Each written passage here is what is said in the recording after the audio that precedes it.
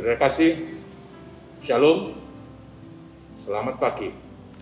Senang sekali, inilah waktu yang baik sebelum kita meneruskan berbagai aktivitas di hari ini. Seperti biasa kita ingin bersama-sama merenungkan sejenak sabda Tuhan. Ini berhubungan dengan pandemi yang kita hadapi. Juga berhubungan dengan tahun yang baru, saya ingin mengangkat tema hari ini, tahun baru. Dan saya ingin membaca 3 ayat dari firman Tuhan dari Bilangan pasal 28, berbunyi demikian, ayat 16, 17, 18. Dalam bulan yang pertama, pada hari yang ke-14 bulan itu, ada Paskah bagi Tuhan. Pada hari yang ke-15 bulan itu, ada hari raya. 7 hari lamanya harus dimakan roti yang tidak beragi. Pada hari yang pertama, ada pertemuan kudus, maka tidak boleh kamu melakukan suatu pekerjaan yang berat. Saudara, memang sudah agak terlambat sedikit, tetapi kita masih sedang dalam suasana tahun baru. Misalnya saya pilih tema hari ini, tahun baru. Saudara yang kasih, apa yang istimewa dengan tahun baru? Mengapa orang hiruk pikuk menyambut tahun baru? Mengapa orang membuat pesta menyambut tahun baru? Toh situasinya sama, keadaannya sama, apalagi dalam konteks kita di tahun baru tahun 2021 ini situasinya sangat boleh dikata suram karena COVID-19 masih mengancam dan merajalela di seluruh dunia. Saudaraku, sesungguhnya tahun yang baru adalah pertanda waktu, bahwa waktu yang disepakati oleh kita semua manusia, bahwa waktu itu ditentukan. Dan tahun baru tak lain dan tidak bukan hanya menjadi pertanda pergantian tahun. Dan bahkan orang Israel seperti teks yang kita baca tadi menjadikan tahun pertama itu sebagai tahun baru. Sekaligus mengingat bangsa Israel itu keluar dari tanah perbudakan di Mesir menuju ke tanah perjanjian di Kanaan. Tapi tahun baru dalam konteks kita relevansinya adalah menyangkut 3 hal paling tidak. Yang pertama, tahun baru itu adalah momentum kita untuk bersyukur.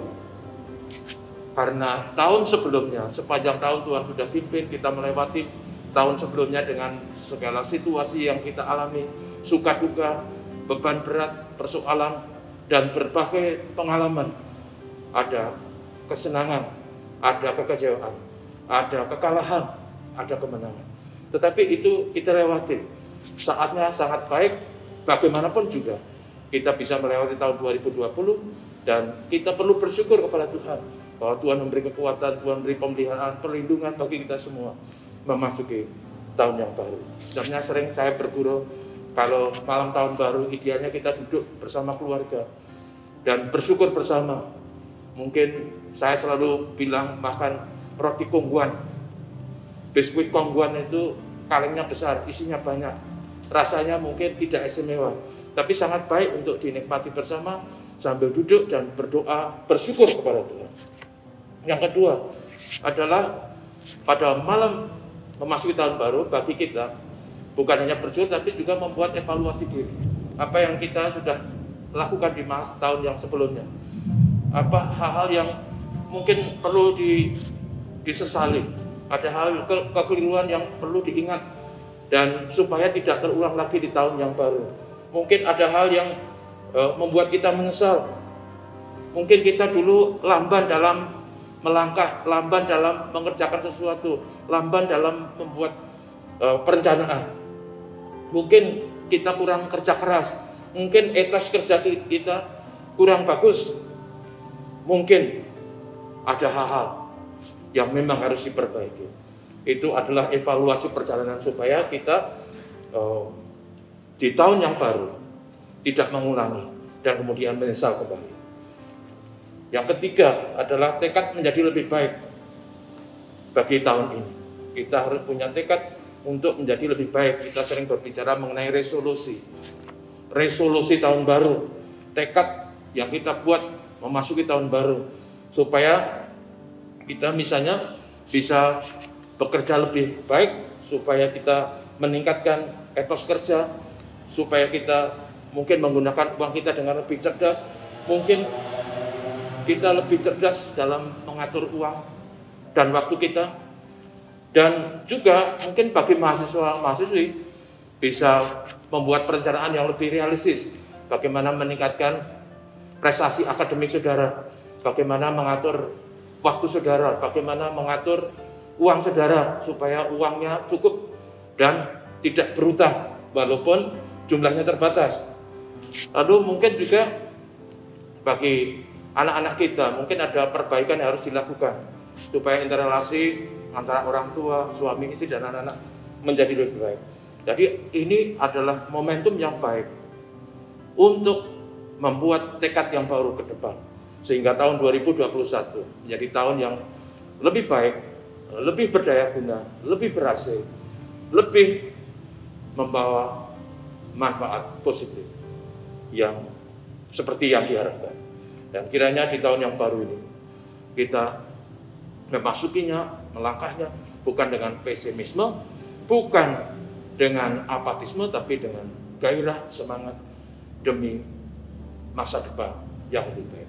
Sekali lagi saudaraku, walaupun sudah beberapa hari kita lewati tahun baru, saya ucapkan selamat tahun baru. Tuhan memberkati kita. Mari kita berdoa. Tuhan, terima kasih. Hari ini kami bersama-sama mengingat kembali mengapa kami merayakan tahun baru.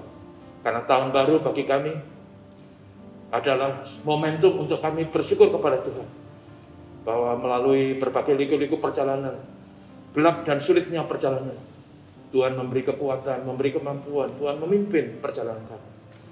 Tapi juga layak bagi kami untuk memikirkan hal yang seharusnya tidak dilakukan di tahun yang silam. Dan sekaligus juga sebagai evaluasi dan resolusi supaya kami di tahun yang baru bisa meningkatkan berbagai hal yang lebih positif hidup kami, lebih berdaya guna. Semua yang terkait dengan perencanaan ke depan terencana dengan lebih baik demi masa depan yang baik. Tuhan, terima kasih, berkatilah jemaat-Mu, berkatilah kami semua, dan sekali lagi kami doakan negeri kami tercinta, ialah COVID-19 yang terus mengancam negeri ini dan mengancam berbagai belahan dunia bisa diatasi. Tuhan memberi masa depan bagi negeri kami, bagi kami semua. Terima kasih Tuhan Yesus, ampuni dosa dan salah kami dan pimpin kami semua. Haleluya. Amin. Terima kasih Tuhan berkati.